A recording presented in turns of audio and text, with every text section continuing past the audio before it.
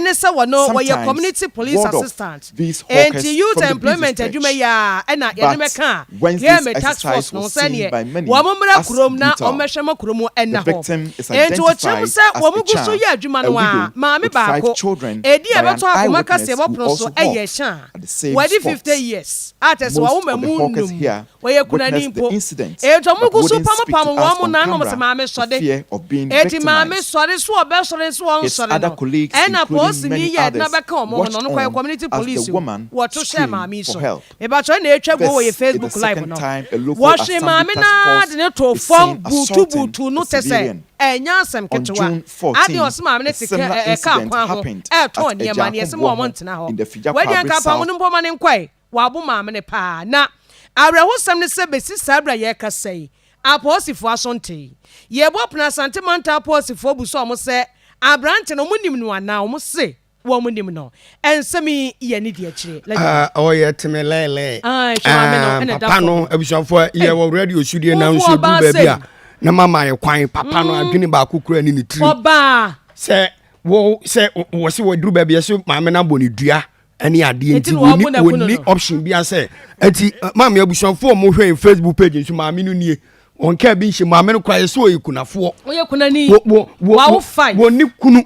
ye a ope bibi kakra die anka mo am wo kromu ase ya mo hwe isa Kumasi so no mo ye de se fata anka mama oba be gina kwan wo se obepe na no aduane na kwabrane timelele papa kwabrane be ma wono kra se wo ye attachment o wo ye community fo wo ye attachment papa panimu a wanyina duru sanfe na wo ye attachment a wo bi mame ani wo bi kunu na wache no wo tufu no de ne night to hwa ase o chen leomensi ananse bia yakwa na efense Ronaldo no ase wanya ne yonko be ma ase de wo bon chechire ball no wenya football ase de wo bon chechire ball no en wo tufu obi wenka bia wo hia ne yonko be ma kranka be ma no kwantimi nya hwinka kwa na obabu wei na wo bu oba abuso for ma me nie mami we bradinya nkopon yo radio suntedru ba bia na nsem no waka bia sha ne ade a eti mami etiefo mra yo Facebook page no so akwaba pa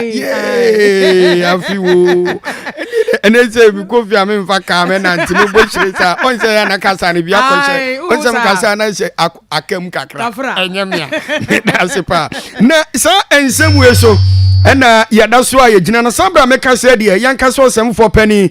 William Evans Inkum wono na bombodi ntisi kromu a okwa police fo akacha police fo si bibia nheda mepie mu wo makachi enti sambra meka se de obepie mu obeka yensa wo dandua mu ase enti yenko na kache na yemusa no osi krom penifo se wo yonko da no da enti enyesa in fact enra na asem ni si enra wia na enumere na video so nhyia ase se ba bonten but un se ne Akoma FM any media journal adwuma no ya na ye pese ye do asem no mu asukọ na ye hu twiem ansana ye de eye ho ensem abeto abonten enti enne anope ye bo anan kupie mu ewo baby asem ni seaport na legend esi wo new KJT market na yesi ne foforo no unsa utwa otumfo run about na wo de wani ekire mu ewo Dr. Mensa okay ho sa kwan no in fact ufa bridge na sesa no a obe ni fan so sa no ehwa store bi ho say city of something nani mu pe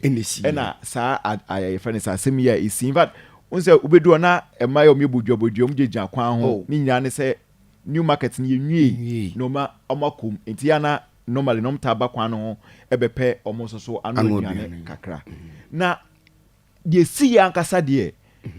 eye eyewitness anaso mo a omani twia mu bi ekoto wo mo ho no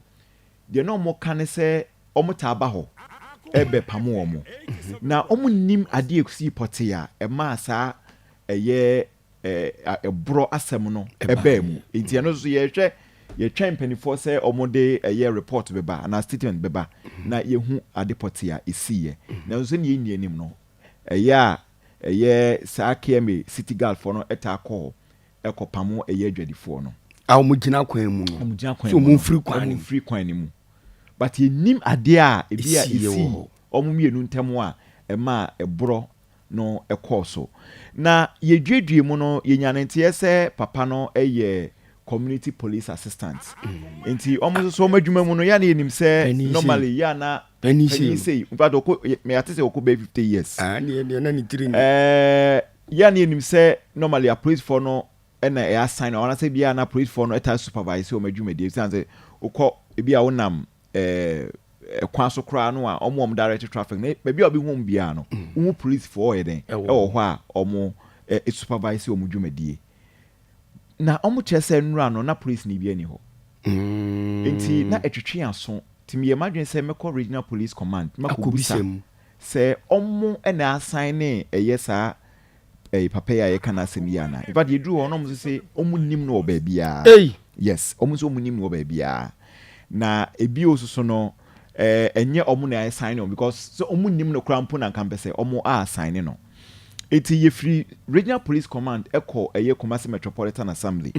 ekobusa omu say su papa no omu nim na isan say nra no na ya de say one city gas omu so free KM enenam no kwasam ne say omu chese omu nim no na nimunim ne say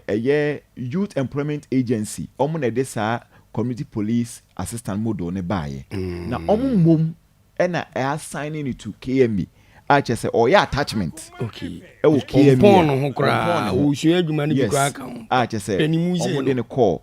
your friend say krum na information e pekene say sanema we ta akoso ebros ene enta report ehunehuna ne se dom tata o manfo no enta akoso na yenta bebre na no enta report nti manfo nta anya dey ehunye ma ekoso na enti ayi say nya ne say maame ne de so far amsa no pa Kofi Asante ne KMA PRO ne kasa mo kasa omo ede na kwayare sabia ne made a ha adwu mu ne say police for no yan report case we ma omo iti akwa no da so nam ho a oye free na say no police for nso ntimi enko hwe ne nche no well be ma wabo oba be kai say 14th of June similar incident is here afidwa akwa abre ejakon bo afidwa akwa ma ye kan ho asem media through Akoma FM ene TV3 ne onua ye kan ho asem ma akire a police for be mu mam say IGP kura be mu ma afi nkrofo no omkoche omo ayi say omo so ye de omu gina imranim eti yenim ye didi ye say we are babontin die na ohwe sene obi maame oyekunafo ni kunawu emsem so last year bi na ni kunawu ye na wawo mma enum eti chese we are na dwumadie ya na se ya na oton a ode den ode hwe ne ma samri ya me no kasei maame da hospital a papa ya ono so di sa nyamna sam no one nam ho a obi anka oyi ache obi anka no ne mum asema me susu matene se Kumasi Metropolitan Assembly me no kasei omo etna asem no so na omo the statement ababonten enti ye hwe ni mu asem a anansem a mpanifo so e de baba beto abonten efa eye obi ma obi aye ne sa no yo openi ma ye na wasi se de o kasa nchi bia mpanifo de ho nkrata bi pie no de gidi pa se odwuma wudie so ani pa professional konkonsen ni pa wonim de ewo kumu ase no de obewurawura mu a na acha anwumere no watimi de fofora ba bahwimtima ye na wase awie yo episode 40 we de ya nkasa osemfo pani William Evans Inkum na wadidi akira wode ho nsem no e de abre nti wo ba Facebook page no so a enie ma me ne nie se waye danyo kwabra ne wenya football ayese de nchekere ball no asa de wanya ne yonko na ma bi a chese one na eko wo edi nkrase sem no jimi sembe no nkwase sembe no ewia bode na nso ma me duru ba bi na yanka ensem bi se ya enye nkofo bi ya